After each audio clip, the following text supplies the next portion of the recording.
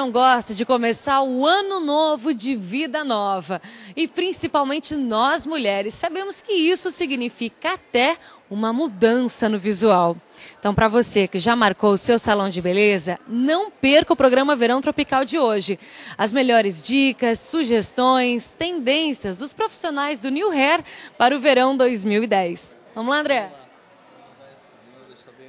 O programa está só começando, você não vai querer perder, né? Não sai daí, não. Fazer um corte legal. Vamos, André, o que você acha?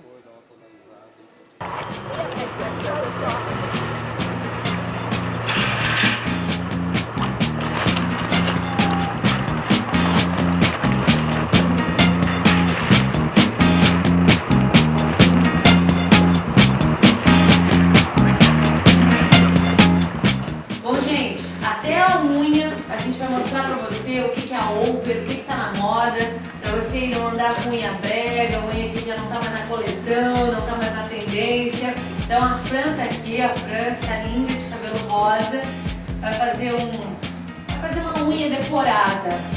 Eu tô só um pouco com medo das cores que ela vai usar, mas eu tô confiando aqui no taco dela, né, Fran? Pode ser, Fran? Tem que ser.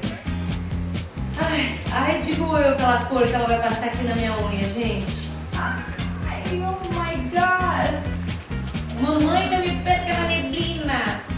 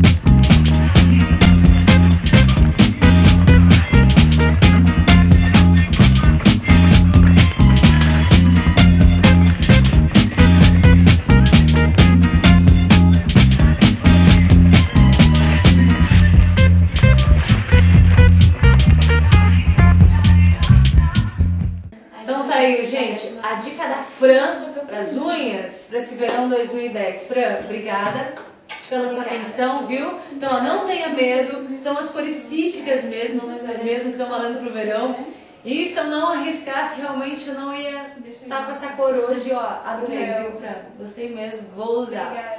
Bom, gente, o André tá me esperando então lá fora para mudar o meu visual. Então a gente vai ver daqui a pouquinho o que ele tem para inventar aí no meu cabelo. Vamos ver quais são as dicas que ele tem para cabelo pro verão 2010. E logo depois, a paixão de toda mulherada, a maquiagem. Vamos saber o que tá em alta aí na maquiagem pro verão do próximo ano.